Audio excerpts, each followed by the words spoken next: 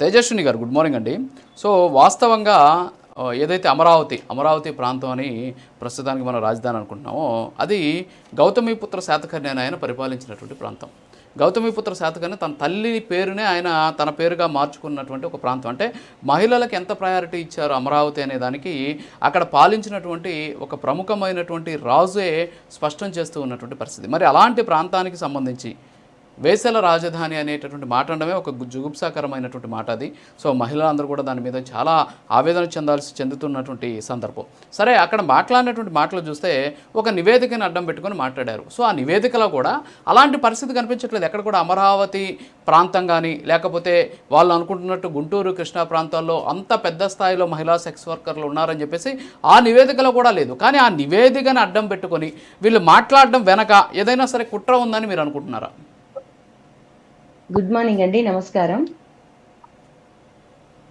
చింత చచ్చినా పులుపు చావలేదన్నట్టు జగన్మోహన్ రెడ్డి దుర్మార్గమైన ఆలోచనలకి ప్రతీకనే ఈ సాక్షి ఛానల్, అందులో పనిచేసే రిపోర్టర్లు కూడా. నిజంగా సాక్షి ఛానల్లో మొన్నటి రోజున చూసుకుంటే సొంత ఛానల్, భారతిరెడ్డి గారు సొంత ఛానల్ నడుపుతున్నారు. ఆవిడ కూడా ఒక మహిళే. అలాంటి మహిళ ఇలాంటి మాటలు మాట్లాడి సాక్షి ఛానల్లో 3 రోజుల నుంచి మహిళలందరూ రోడ్డు మీదకి వచ్చి ఆందోళన చేస్తున్నా కూడా ఎందుకు మౌనంగా ఉంది?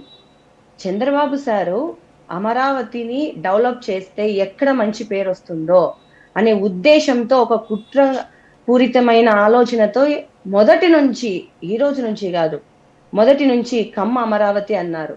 ఒక కులానికి అంటగట్టారు. అక్కడ ఉన్న వాళ్ళందరూ కూడా పెయిడ్ ఆర్టిస్టులు అన్నారు. ఈ రోజు వేశ్యల అమరావతి అంటున్నారే, సిగ్గుందా అని మేము అడుగుతున్నాం.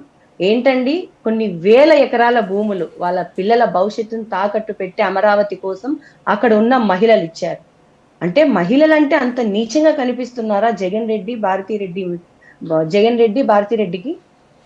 ఏంటండి వీళ్ళు ఏం చెప్పాలనుకుంటున్నారు సభ్య సమాజానికి?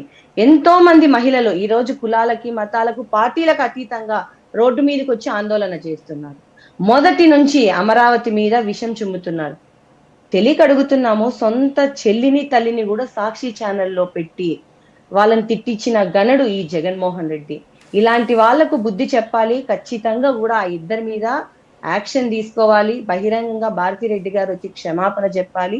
ఇలాంటి వాళ్ళు మరీ రిపీట్ కాకుండా మీరు కూడా టీవీ ఛానల్లో అలాంటి వాళ్ళ మీద యాక్షన్ తీసుకునే వరకు కూడా మీరు మహిళలకు సపోర్ట్ గా ఉండాలని నేను కోరుకుంటున్నాను. ఇంకొకటి ఇక్కడ తేజస్విని గారు విషయం ఏంటంటే, మీరు కొన్ని అంశాలు చెప్పారు. రాజధాని అని అమరావతిని ఎప్పుడైతే ప్రకటించారో అప్పటి నుంచి కూడా విషయం చిమ్ముతున్నారు.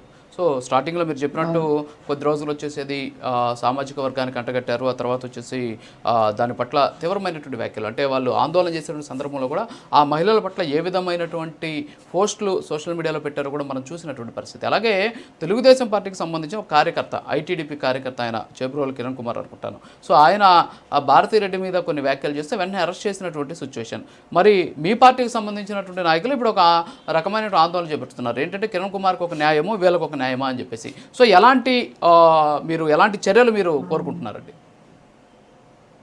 చట్టపరమైన చర్యలు తీసుకోవాలండి. ఇప్పుడు కూటమి ప్రభుత్వం అధికారంలో వచ్చినాక అది ఏ పార్టీ వాళ్ళైనా చెడు చేస్తే శిక్ష పడాలి. కానీ మా కూటమి ప్రభుత్వం అధికారంలో వచ్చిన తర్వాత ఇప్పుడు జరుగుతున్న విషయాల మీద ఖచ్చితంగా స్పందిస్తుంది. 100% సీఎం సార్ అయితే ఏమి, డిప్యూటీ సీఎం సార్ అయితే ఏమి, ఖచ్చితంగా చర్యలు తీసుకుంటారు. ఇలాంటి వెధవలు మళ్ళీ ఇంకొకసారి నోరెత్తి ఆడపిల్ల గురించి మాట్లాడాలంటే భయపడేలాగా చర్యలు ఉంటాయి.